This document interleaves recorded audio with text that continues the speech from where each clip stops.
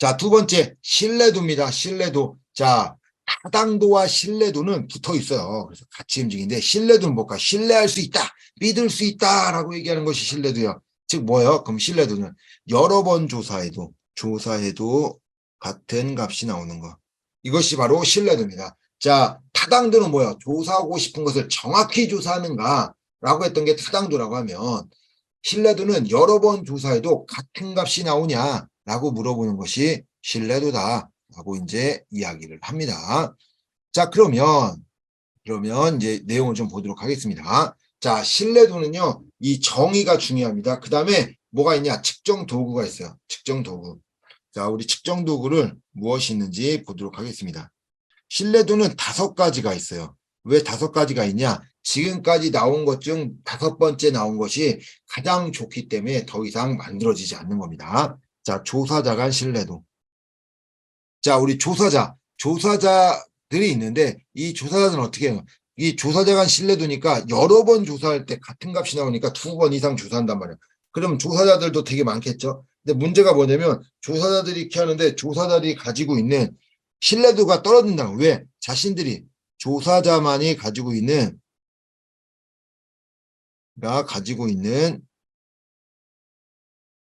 뭘 갖고 있어요? 가치, 뭐 윤리, 뭐 이런 것들이 갖고 있겠죠. 이런 것들 때문에 문제가 생긴다는 거예요. 그러니까 뭐냐면 같이 이제 들어가야 되는 거죠. 근데 어떤 현상을 보고도 뭐예요? 달라지는 거죠. 나는 이게 너무 이러고 나는 이러고 이런 생각이 되는 거죠. 더 문제가 생긴다. 원래 조사자 간 신뢰도는 2명 이상의 조사자가 검사했을 경우 그 신뢰도가 어떻게 해야 돼요? 조사값이 유사하면 신뢰도가 있다라고 얘기하는 거예요. 근데 이게 여러 명이 조사다 보니까 이 사람들이 가지고 있는 가치라든지 윤리라든지 이런 것들이 있으니 서로 다르게 나타나는 거예요. 야, 비슷하게 나와야 상관관계가 높은데 비슷하질 않는 거죠. 안 되겠다. 야, 이런 것들은 조금 안 좋은 것 같아. 그래서 2명, 여러 명 조사하는 것보다는 1명이 조사하는 것이 좋겠다라고 생각을 합니다. 그래서 만든 것이 대안법이에요. 검사 재검사법입니다. 검사 재검사법. 자, 이게 무슨 문제냐? 검사 재검사법. 한 번 검사하고 또 시간이 지난 후에 또 한 번 검사해서 요거를 비교하면 이 사람에 대한 신뢰도가 나타난다라고 이야기하는 거죠. 검사 재검사법. 동일한 시험지를 가지고 검사지를 가지고 시간을 좀 다르게 해서 그것을 검사한 후에 비교하는 방법이 이 검사 재검사법인데 문제가 뭐냐면 사전검사가 사후검사에 영향을 미친다는 거죠. 사전검사가 사후검사에 영향을 미친다는 것이 문제가 된다라고 얘기해요. 그래서 그 문제를 해결하려고 문제가 생긴 거죠.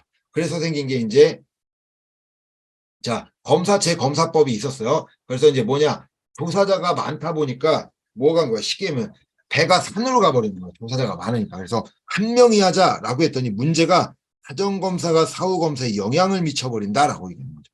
아, 이거를 2번 검사하니까 이런 문제가 생기구나. 또 무슨 문제가 있냐? 조사자를 그 대상자를 1번 검사하고 또 2번 검사해야 되는데 1번 검사하고 2번째 못 찾는 거야. 그러면 조사자 탈락이 나타나겠죠. 이러다 보니까 문제가 생기는 거예요. 아, 안 되겠다. 혼자 2번 검사하는 것도 힘드니까 여러 번 검사하는 게 힘드니까 1번 검사로 끝나야 되겠다. 라고 해서 나온 것이 대안법입니다. 대안법. 뭐 복수양식법이라고도 해요. 이게 어떻게 되는 거냐면 설문지를 하나를 만든 거죠. 왜? 검사제 검사법이 2번 검사했더니 대상자를 잃어버리기도 하고 사전검사가 사후검사에 영향을 미쳐서 효과가 안 나오니까 대안법으로 한 번 검사예요. 한 번. 한 번 검사. 자, 그럼 어떻게 할 거냐? 2개의 유사한 설문지를 만듭니다. 2개 유사한 설문지를 만들어서 한 번에 그 설문지를 2개 다 하는 거죠. 그러면은 사전검사가 사후검사에 영향을 미치지도 않을 거고, 자, 그 다음에 어떻게 하는 거예요? 조사자 탈락도 나타나지 않을 거고, 이제 그렇게 된다는 거예요. 그러니까 문제가 생깁니다. 가장 큰 문제. 비슷한 설문지, 비슷한 난이도에 가지고 있는 설문지를 만들기가 어렵다라는 거예요. 우리 비슷한 거 만들면 되지라고 이야기하지만 생각 외로 그 신뢰도가 같은 거잖아요. 신뢰도가 같은 설문지를 만드는 것이 생각보다 쉽지 않다라는 거야.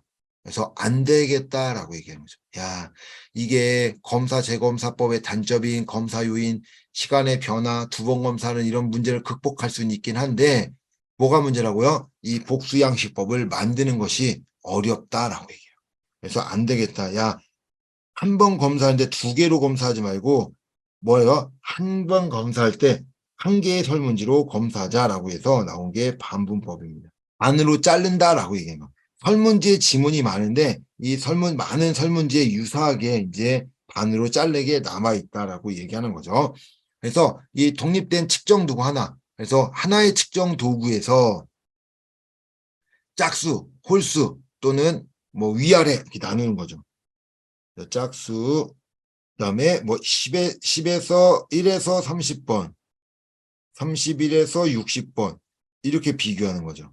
이렇게 비교해서 어떤 영향을 받고 있구나. 그래서 비교했는데 어때요? 점수가 똑같아. 그러면 신뢰도가 있다라고 이야기하는 거야. 이게 반분법입니다. 자, 홀수, 짝수 뭐 이렇게 나눠서 하는데 근데 문제가 생깁니다. 이제 반분법이 이런 개념으로 인해서 움직이는데 문제가 생기는데 어떤 문제가 생기냐면 야, 그러면 신뢰도가 낮은 경우 문제가 생기는 거예요. 어떤 문제가 생기냐? 신뢰도가 낮은 경우 두 가지가 의문이 생기는데 첫 번째, 설문지가 잘못돼서 신뢰도가 낮은 거냐? 두 번째, 반분을 잘못해서 신뢰도가 낮은 거냐라는 생각을 하게 됩니다. 반분이 나간다. 자, 그리고 또 하나, 신뢰도가 낮은 문항이 낮아요. 그러면 그 개별 문항들 있죠. 신뢰도가 낮은 문항을 찾지 못합니다. 낮은 문항은 찾지 못하고, 그러니까 즉 뭐냐면 문항 전체의 신뢰도는 알 수 있지만 개별 문항도의 신뢰도는 알지 못하는 것. 이게 바로 이 반분법이다라고 이야기해요. 그래서 이 반분법이 안 좋다라고 생각해서 만든 것이 내적 일관성 분석입니다. 내적 일관성 분석. 자, 이게 뭐예요? 이제는 크롬발파라고 그래가지고 단점이 있었죠. 뭐요? 반분법의 단점. 신뢰도가 낮은 경우 설문지가 신뢰도가 낮은지 반분을 잘못해서 낮은 건지 모른다고 했어요. 그러니까 뭐야? 반분을 안 하면 돼. 그냥 하나의 설문지로 검사를 하자라고 이제 이야기하죠. 그리고 뭐가 될 수 있냐? 신뢰도가 낮은 경우 개별 문항의 신뢰도를 알 수 있어. 알 수 있다. 그래서 그 신뢰도가 어떻게 되는지 그 내용들을 볼 수가 있죠. 그래서 어떻게 되냐? 전체 뭐 내적 일관성 분석이 아까 우리 배웠던 리커드 척도 있잖아요. 리커드 척도가 이 내적 일관성 분석을 갖고 움직이는 거예요. 자, 그래서 250점 만점이에요. 250점 만점. 50문항에 5점씩. 매우 좋다가 5점, 250점인데, 자, 246점이 나왔어요. 그러면 하나가 매우 좋다다가 하나가 매우 나쁜 나올 수 있겠죠. 그럼 요거가 어떤 문항인지 찾고 없애버리는 거예요. 그래서 245점 만점에 245점을 맞았다. 그래서 만점이 됐다라고 이제 바꿀 수 있는 것이 이 내적 일관성 분석이다. 그래서 신뢰도를 떨어뜨리는 문항을 찾아내서 그것을 제거함으로써 신뢰도를 높일 수 있는 방법이 내적 일관성 분석입니다. 그래서 0.60점 이상이면 신뢰도가 있다라고 이제 신뢰도가 있다라고 이제 보는 것이 이 내적 일관성 분석이다. 자, 그러면 지금까지 조사자 간 신뢰도, 검사체 검사법, 대안법, 반분법, 내적 일관성 분석 이렇게 있지만 어떻게 한 거야? 순서대로 내려온 겁니다. 순서대로 내려와서 그거에 맞게끔 하나하나 이제 내려온 거죠. 그래서 순서에 대게 내려온다라고 말씀을 드릴 수가 있습니다. 그래서 왜 그러냐? 단점들을 보완하다 보니까 조사자 간 신뢰도를 검사해서 검사 재검사법으로, 검사해서 대안법으로, 대안법에서 반분법으로, 반분법에서 내적 일관성 분석으로 여기까지 내려오게 된 거죠. 근데 뭐 하는 거야? 이제는 안 만들었다는 것은 내적 일관성 분석이 그동안 단점이었던 것들을 보완을 다 했다라고 이야기하는 거죠. 자, 두 번째, 신뢰도를 높이는 방법이 있습니다. 신뢰도를 높이는 방법. 자, 첫 번째, 명확하게 측정 도구를 명확하게 구성해 모호함을 제거해야 된다. 그렇죠. 모호성은, 그러니까 문항이 좀 애매모호해. 내가 이거 모르겠어. 그럼 문항에 이제 결핍이 많이 나오겠죠. 그러니까 이제 결집값들이 많이 나온단 말이에요. 대답이 없는 결집값들이 많이 나오니까 그러면 안 되겠죠. 그래서 뭐 하는 거예요? 모호성을 제거해줘야 돼요. 모호성을 제거하고 꼭 중요한 거 또는 알아들을 수 있는 것들을 물어봐야 된다라고 이야기해요. 측정 항목 수는 충분히 늘리고 항목의 선택값은 넓혀야 된다. 문항수가 적으면 적을수록 신뢰도가 낮아집니다. 그래서 무조건 신뢰도를 높이려고 하면은 문항수를 높이는 것이 좋다라고 이야기합니다. 그리고 이제 선택의 값, 선택 범위 값이 있겠죠. 항목이 뭐 1에서 5냐, 1에서 1, 2번 이렇게만 하는 것보다는 1에서 5, 1에서 7 이렇게 해서 이제 조사하는 하는 데 있어서 선택값이 넓으면 신뢰도가 높아집니다. 자, 조사 대상자가 알지 못하는 내용에 대해서는 측정하지 않거나 이해할 수 있는 형태로 바꿔야 된다. 그렇죠. 몰라. 뭔 소리인지 몰라요. 우리 남자들이 아기 낳는 법 모르고 여자들이 군인대 이야기 잘 모르잖아요. 자, 모르는 거 물어봐봐야 뭐 하는 거예요? 신뢰도가 떨어질 수밖에 없다라는 거죠. 안 좋은 대답이 나올 수밖에 없다라고 얘기해요. 자, 그리고 면접자들이 조사 대상자를 대할 때 일관성을 유지해야 됩니다. 일관성을 유지하지 못하면 문제가 생길 수 있겠죠. 또 불안해지고 이런 사람들이 이게 얘기하는데 어려움이 있기 때문에 이 일관성을 유지하는 것이 중요합니다. 자, 문제를 보도록 하겠습니다. 자, 1번. 측정 도구의 신뢰도에 대한 설명으로 옳지 않은 것은 자, 신뢰도는 무작위 오류와 관련이 있다. 무작위 오류가 뭐예요? 무작위 오류. 자, 무작위 오류라고 얘기하는 것은 뭐냐면 그 자기 오류라고 하는 것은 딱딱딱딱딱딱딱 이렇게 틀을 유지해서 오류가 생기는 게 자기 오류입니다.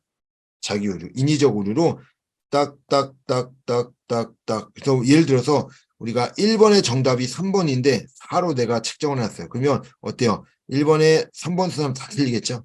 이런 것들처럼 무작위 오류에 관련이 있는 것이 신뢰도입니다. 그래서 그런 신뢰도를 떨어뜨리지 않기 위해서 무작위 오류를 잡아내야 돼요.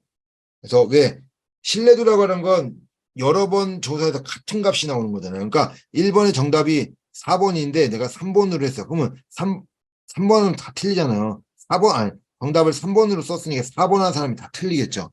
그러니까 다른 데서는 이런 게 안 나오는데 요 1번 문항에서 나온다라고 하면 그 1번 문항을 내가 잘못했기 때문에 생긴다. 그것이 이제 무작위 오류다라고 이제 이야기하는 겁니다.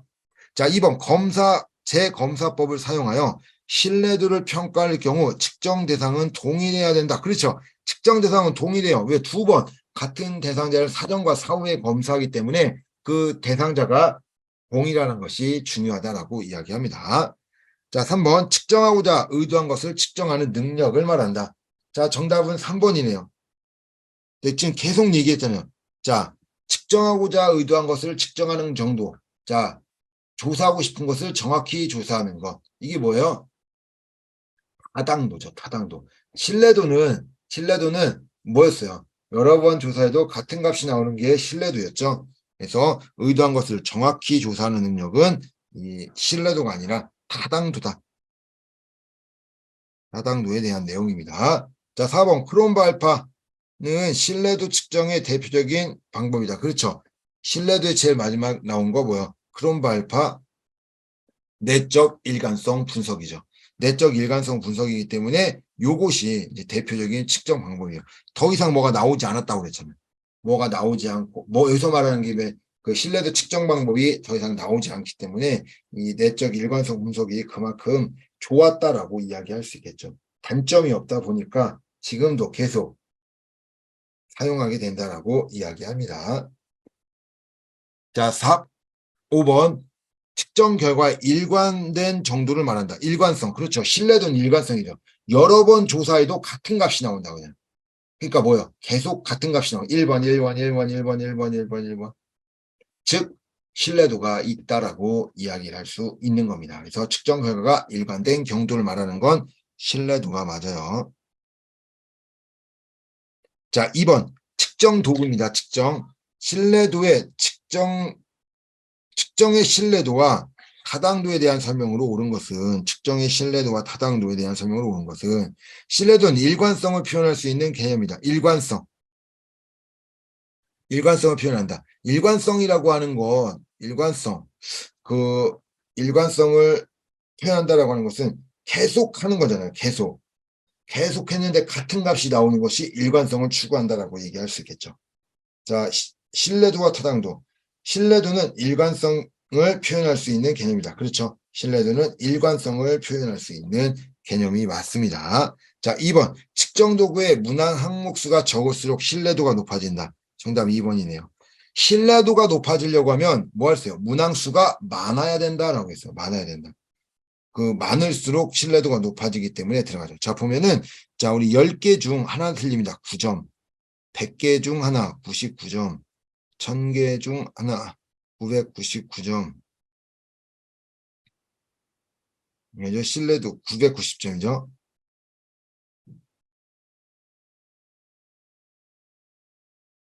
자, 1000개 중 하나 틀리면 999점. 점수가 조금씩 더 올라가죠. 9점, 99점, 999점, 9999점. 이런 것들처럼 점수가 올라가게 됩니다. 그래서 그 측정 항목이 높으면 높을수록 신뢰도가 높아진다. 그리고 그 값이 낮으면 일반화도 못해요. 일반화하지 못하기 때문에 어려움이 생길 수밖에 없겠죠. 그래서 정답은 옳은 거네요. 옳은 거니까 1번이네요. 신뢰도의 일관성을 표현할 수 있는 개념이다. 옳은 것. 정답은 1번이죠. 자, 2번 신뢰도는 높아지는 게 아니라 떨어집니다. 낮아져요. 2번 틀렸어요. 1번입니다. 자, 옳은 거니까 제 틀린 건 줄 알고 봤던 거네요. 자, 정답은 1번입니다. 이렇게 이제 문제 보면 알면서도 틀리는 거죠. 그러니까 옳은 거냐 틀린 거냐 이것도 구분을 좀 잘 해야 됩니다. 자, 3번 검사 재검사 방법은 타당도를 측정하는 방법이다. 아니, 그런가요? 아니죠. 신뢰도. 검사 재검사법은 신뢰도를 조사하는 방법이죠. 신뢰도. 자, 타당도는요. 이수판이죠. 이수판.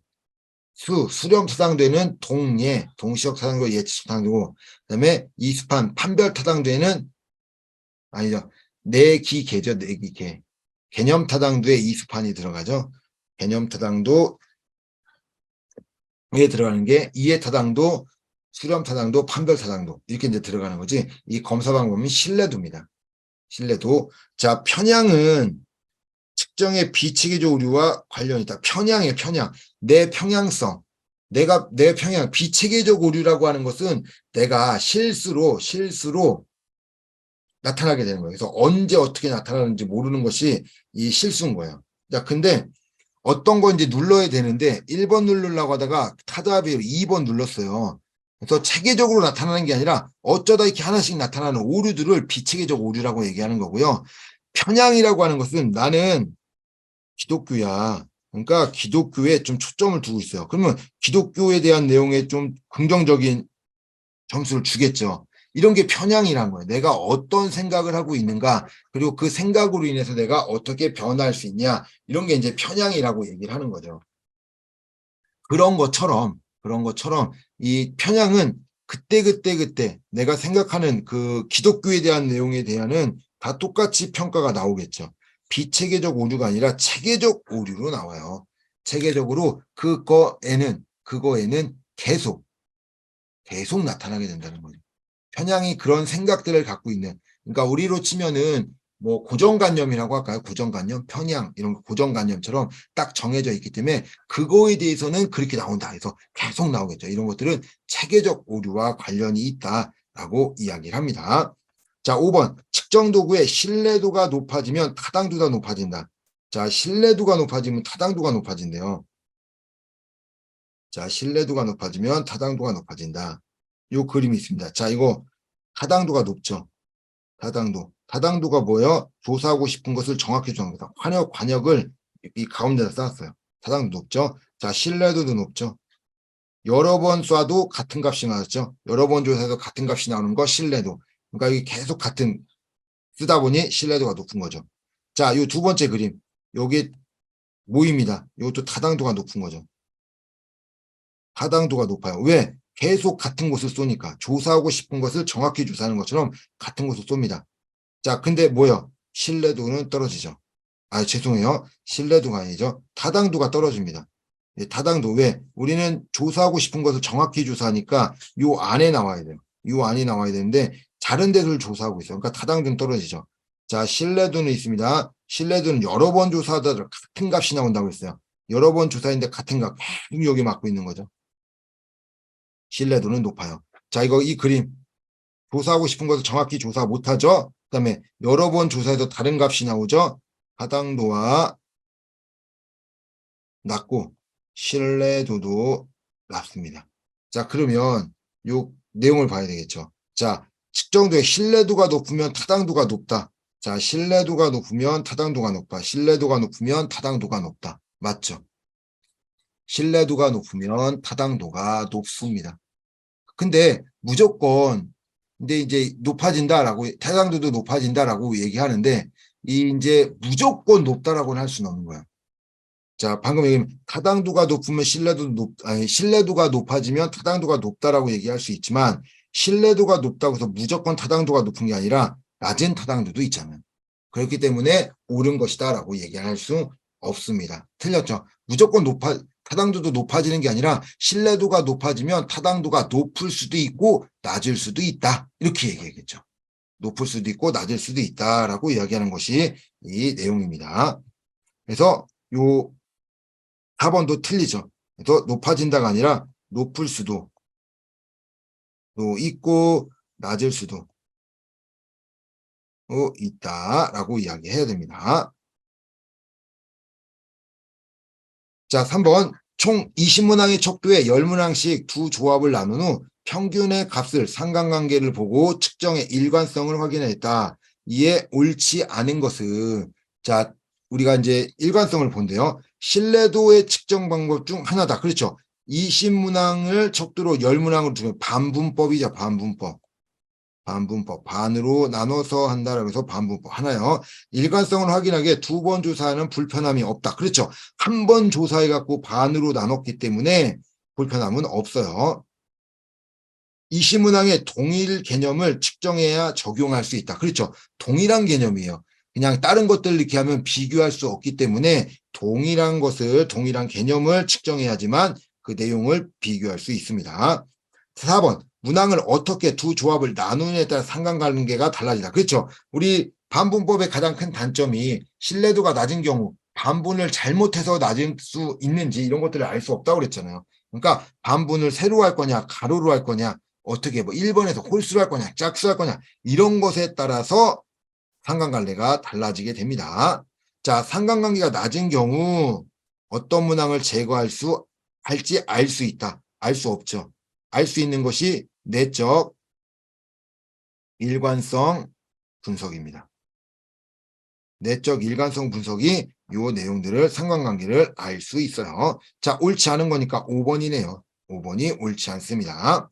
자, 4번 A 시설의 어린이들의 발달 상태를 조사하기 위해 체중계를 이용하여 몸무게를 측정했는데 항상 2.5kg가 더 무겁게 채웠다.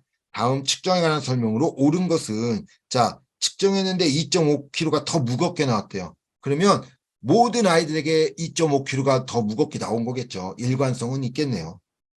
일관성은 있을 수 있어요. 자, 보면은 자, 1번 타당도는 높지만 신뢰도는 낮다. 아니죠. 자, 타당도는 낮죠. 왜? 우리가 몸무게를 정확히 조사해야 되는데 2.5kg 더 무겁게 나왔대요. 그러니까 타당도는 낮아야 돼요. 무조건 타당도는 낮아야 됩니다. 타당도는 낮아야 돼요. 높은 것들은 다 틀렸어요. 자, 두 번째 몸무게인데 정확히 조사하는 것은 정확히 조사하지 못했어요. 그러나 항상 할 때마다 2.5kg씩 항상 똑같이 무겁게 나온대요. 일관성은 있죠. 일관성. 일관성이 있어요. 일관성과 연관되는 것이 신뢰도예요. 신뢰도는 높습니다. 자, 그러면 타당도는 낮죠. 타당도는 낮고 신뢰도는 높다라고 이야기할 수 있습니다. 정답은 2번이네요. 신뢰도는 높지만 타당도는 낮다. 왜 그러냐면 방금 이야기한 거 정확히 조사해야 되는 정확히 조사를 못했어요. 2.5kg가 나오니까. 그래서 타당도는 낮을 수밖에 없고, 두 번째, 항상이잖아요. 항상 어떤 아이든 똑같이 2.5kg씩가 더 많으니까 일관성이 있다. 그래서 신뢰도는 높다라고 이야기를 하는 겁니다. 정답은 2번이 되겠습니다.